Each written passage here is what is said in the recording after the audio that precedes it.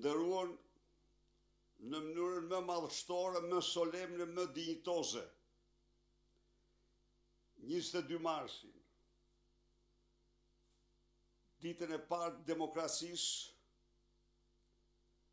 me demonstratën e tyre të fuqishme në kushtet një narkodiktature, autokracie elektorale apo diktature autoritare, shqiptarët treguan dje se janë të pamposhtur nga kjo narkodiktaturë. Mendoj se me protestë e tyre, përfaqësuar revoltën, zemrimin e një kohë mbi të tërë, kur ndonjëherë me fuqishme kryengritja paqësore e shqiptarëve se sa dje nuk ka qenë në rrugët e Tiranës. Mesazhi është i qartë. Në Shqipëri, në kushtet e autokracisë, të sundimit e Edi Ramës, nuk ka dhe nuk mund të ketë më paqë dhe stabilitet. Betejë jonë do njohë vetëm ngjitje. Ajo do përfshi të gjithë Shqipërinë. Dhe do t'jetë e pandërprerë gjerë largimin përfundimtar të kësaj organizate kriminale me në krye Edi Ramën. Ndaj dhe unë kam një mirënjohje të pakufishme për të gjithë ata 10.000 qytetarë që mbushen dje rrugët dhe bulevardet e Tiranës dhe protestuan në mënyrë dinjitoze. Shprehen zemrimin e tyre ndaj këtij regjimi. Kam një mirënjohje të pakufishme ndaj mediave që e përcollën atë, por në veçantë ndaj mediave ndërkombëtare. Pas luftës në linje të mesme, lajme kryesore në mediat ndërkombëtare është protesta e qytetarëve shqiptar ndaj regjimit të korruptuar të Edi Ramës. Dhe këto lajme të përhapura në mediat më të mëdha të botës, të transmetuara nga agjensitë më të mëdha ndërkombëtare dhe gazetat më të mëdha rrjetet televizive, janë mbrojtja e dinjitetit të qytetarëve shqiptarë, mbrojtja e dinjitetit të Shqipërisë. Me këto lajme, media ndërkombëtare u faktojnë kombeve dhe vendeve të tyre. Se vërtet në Shqipëri ka një Ramaduro, ka një kryeministër i cili nxjerr veten mbi ligjin për vjedhjet që ka bërë. Përdor mandatet e tij si thika kundër ligjit dhe shtetit, mandatet e krimit. Por ka një popull që nuk pranon këtë. Ka një popull që ngrihet fuqishëm si vigan kundër tij. Ndaj dhe ne vazhdojmë rrugën tonë gjen largimin e kësaj organizate kriminale nga pushteti, e cila nuk ka zero legjitimitet. Ka dalë nga farsa elektorale e certifikuar. Ka vjedh miliarda euro dhe tani ka sfundi bllokoj drejtësinë. Ne jemi të bindur se në këtë mënyrë ne jemi interpret të gjithë shqiptarëve që jetojnë pavarësisht nga bindjet e tyre, por që jetojnë me djersën e mundin e tyre. Kështu që betejë vazhdon edhe më fuqishme, do të përhapet, do të njohë nivele të reja. Nuk ka më paqë dhe stabilitet për hajdutrit, për narkozyrtarët shqiptarë. Gjerë me rikthimin e votës së lirë shtetit ligjor.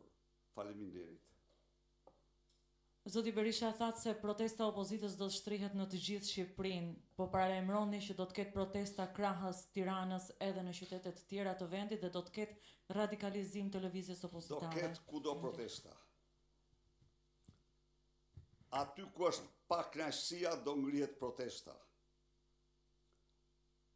Regjimi do të përballet në të katër anë të vendit me qendresën e fuqishme popullore. Zoti Berisha, Daniel Amaloku, Report TV, ka patur një reagim të ambasadës gjermane ditën e sotme, duke qenë se Po themi një nga risitë e protestës dje ka qenë edhe ngritja e flamujve gjerman, por duket se ambasadës gjermane nuk i ka pëlqyer dhuna në protest, duke deklaruar se duhet të distancoheni menjëherë, udhëheqësit e protestës duhet të distancohen menjëherë, si përgjigjeni. Ne jemi të përcaktuar për kryengritje paqësore, por një gjë mund të them. Në qoftë se këto protesta ka patur me dhjetra demonstrues të plagosur nga dhuna policore, nuk ka patur gjersot asnjë polic të plagosur. Kjo është e vërteta. Por ne mbetemi të përcaktuar për kryengritje paqësore, sepse jemi të bindur se nëpërmjet saj realizojmë më mirë qëllimet tona. Ndaj dhe ne nuk kemi bërë dhe nuk bëjmë përkundrazi. Ne kërkojmë të vazhdojmë me moton paqësore. Ne mos harroni. Në kushtet e një grushti shteti janë të ligjshme të gjitha mjetet, por ne qëndrojmë tek mjetet paqësore. Edhe një në kushtet e një grushti, në kushtet e marrjes pushtetit drejtësisë nga ekzekutivi për ligjet çdo mjet, por ne qëndrojmë tek kryengritja paqësore. Kjo është e tëra. Ne dhunën më të madhe konsiderojmë dhunën më të madhe ndaj këtij populli marrjen e pushtetit të drejtësisë nga pushteti ekzekutiv. Kjo përbën një dhunë të tmerrshme kushtetuese. Për ne dhunë e tmerrshme ndaj këtij populli është Olta Xhaçka në parlament duke hedhur poshtë 2 herë urdhën e gjykatës kushtetuese.